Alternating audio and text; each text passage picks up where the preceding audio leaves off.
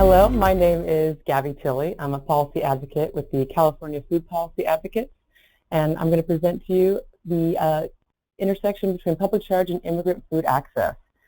So now that we know what public charge is and the impact that it can have on immigrants and the broader community, we're going to narrow in on the nutrition impact and what adding SNAP to the list of potential programs to be considered, how that can really impact food access. So the proposed rule has proposed adding SNAP to the list of benefits considered in a public charge determination. In California, we call it CalFresh. CalFresh is California's Supplemental Nutrition Assistance Program. It is money that you get on an EBT card that you can spend at the grocery store, at some farmers markets, to buy food items, typically unprepared food. And it's a modest benefit. It's only about $5 a day per person. So it's not your full grocery budget, but it does get people just that little extra cash in their pocket that they need to finish buying what they need each month. Then there's also the California Food Assistance Program. Now this is a completely state-funded program that was created after welfare reform in 1996, which excluded a lot of immigrants from participating in the federal SNAP program. So California and several other states created their own sub-program to fund those benefits that were taken away. So since this is state-funded, CFAP is not considered under the public charge rule.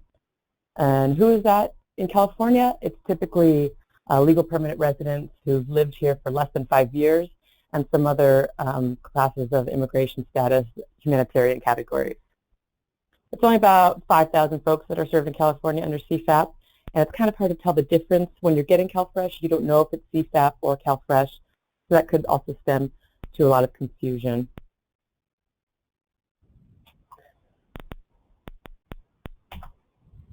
And why is CalFresh and SNAP so important? Because there's a lot of long-term benefits. Not only is it money in people's pockets to buy what they need with dignity, but it also moves people out of poverty. It moved 800,000 Californians out of poverty in 2016, including 360,000 children. It's our most powerful anti-hunger and anti-poverty tool, and that's why we need to remember what these programs are worth fighting for and why we have to get out good information, right? It protects against hunger, of course. Nationwide decreases food insecurity by 30%, and it supports health. When people have money to buy food, they have better birth outcomes.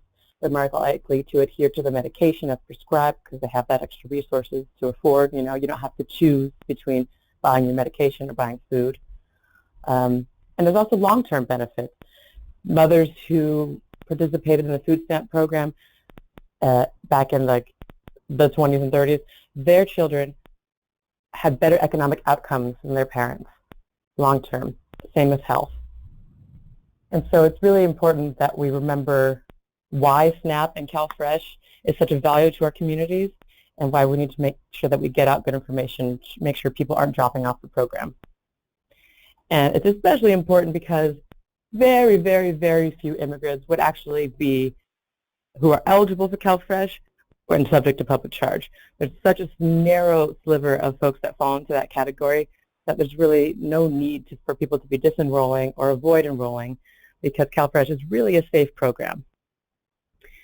So legal permanent residents, humanitarian, citizens, parents who are receiving it on behalf of their children, all of these folks can get CalFresh benefits without ever affecting their immigration status. But there's still so much confusion and misinformation in the community that we do see people disenroll.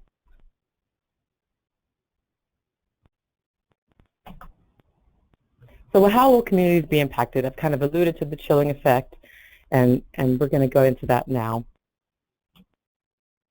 So the chilling effect is when the rule is so confusing and there's just so much noise around immigration and use of public benefits that immigrants will disenroll or avoid enrolling in public benefit programs for which they are fully eligible for. Here we have an example from a WIC clinic, and WIC is not currently on the list of programs considered in public charge, and it is not even proposed to be considered. Still, people are afraid of participating. We heard from a WIC partner that a client came in, identified as a DACA recipient. She was unable to remove permits, and she did not want any government program to link back to her, even though the clinic staff advised her that WIC doesn't collect immigration status information and would not share it with authorities. She said she was sorry and wanted to return her Symphony breast pump. So it's so unfortunate that we see this taking place, that people are afraid to get benefits for which they're fully eligible. There's no consequence. Okay, so when we're talking about how communities are going to be impacted, we're talking about the chilling effect mostly. So California Food Policy Advocates partnered with the UCLA Center for Health Policy Research and UC Berkeley Center for Labor Research and Education to do a study to see exactly who would be impacted in California if this proposed rule is enacted. So this slide here shows you the population that we're talking about. Now this is all eligible immigrants or folks living in households with a non-citizen who are eligible for Medi-Cal or CalFresh and or who are receiving those programs.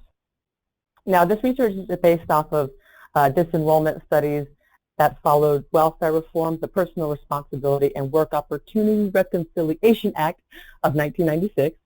As I mentioned before, this is the welfare legislation that removed immigrant eligibility for a lot of public benefit programs. And following that time, we saw a chilling effect take place, people disenrolling from public benefits even though the law did not affect them. And so based on what we saw following 1996, the disenrollment range was between 15% and 35% for all non-citizen immigrants and mixed status families. Of that, it's primarily Latino and children. 75% of them are children. And if the proposed rule were enacted, up to 301,000 people could disenroll from CalFresh. Again, they're all children, and all of them are eligible to receive CalFresh with no immigration consequences. So this is huge. We already see that immigrants over time have had lower participation rates in public benefit programs, and those increase as the political environment gets more and more hostile towards immigrants. And it was going well for a while, but now that we see since the 2016 election, fear has arisen, and we have noticed a dip in participation across programs, including CalFresh. And this is before the proposed rules even take place.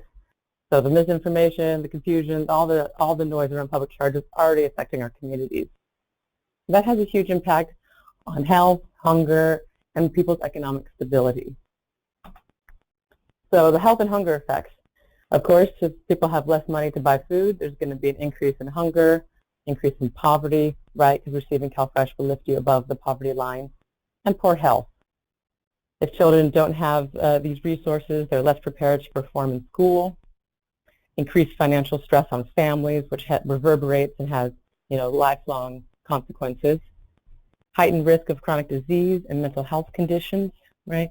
When SNAP participants actually incur 25% less in annual medical costs compared to non-participants that are eligible for the program.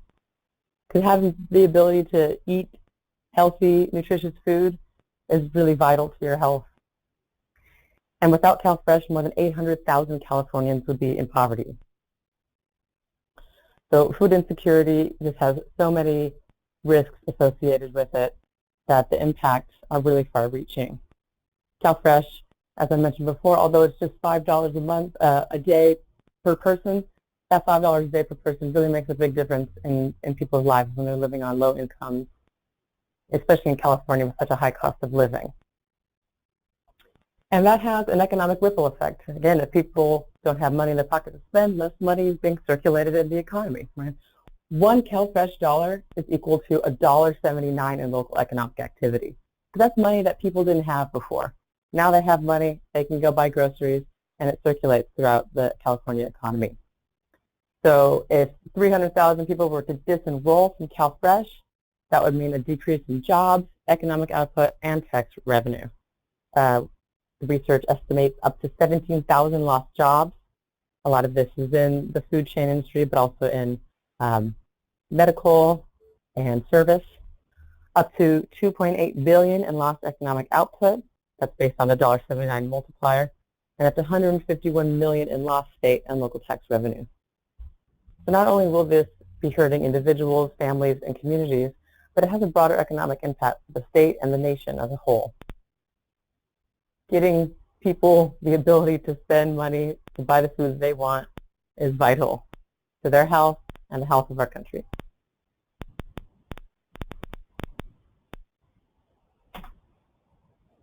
And charitable networks can't meet the need. CalFresh, the reason that it's so worth fighting for and why we believe in it so much, yes, it's that dignity piece, and it's the most far-reaching program. It's the largest national program, largest state program. And compared to what the food bank can provide, for each one meal the food bank provides, CalFresh serves 12. So the impact, the scale is just so much grander that we can't rely on charitable networks to meet the needs. We have 300,000 people disenrolling. There's no way that food banks and pantries can get to that level.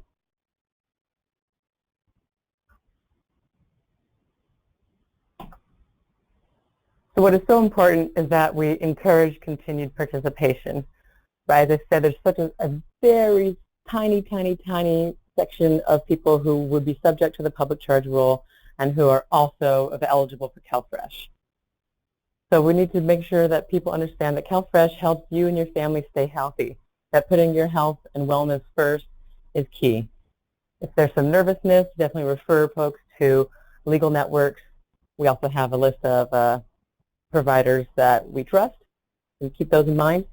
But there's no advantage to stopping your benefits right now. And remember that the public charge test does not apply to refugees, asylees, survivors of domestic violence, victims of crime, special immigrant, juvenile status, or green card holders or citizens. These protections will remain in place even if the proposed rule is finalized.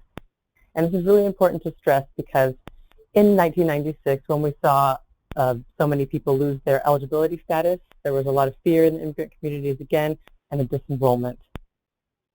And we saw refugees disenroll 60% from programs, even though that was not affected by the new law change. So again, that was misinformation and confusion that led to a really unfortunate drop-off for folks that are in need of these benefits. So while we can't give legal advice, what we can't say is the rules have not changed and there's no advantage to quitting now.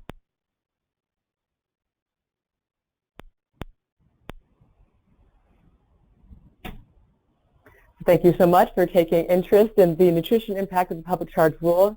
And we have to remember this is in context with the broader situation, which is that public charge affects our health, our economic vitality, and so much more.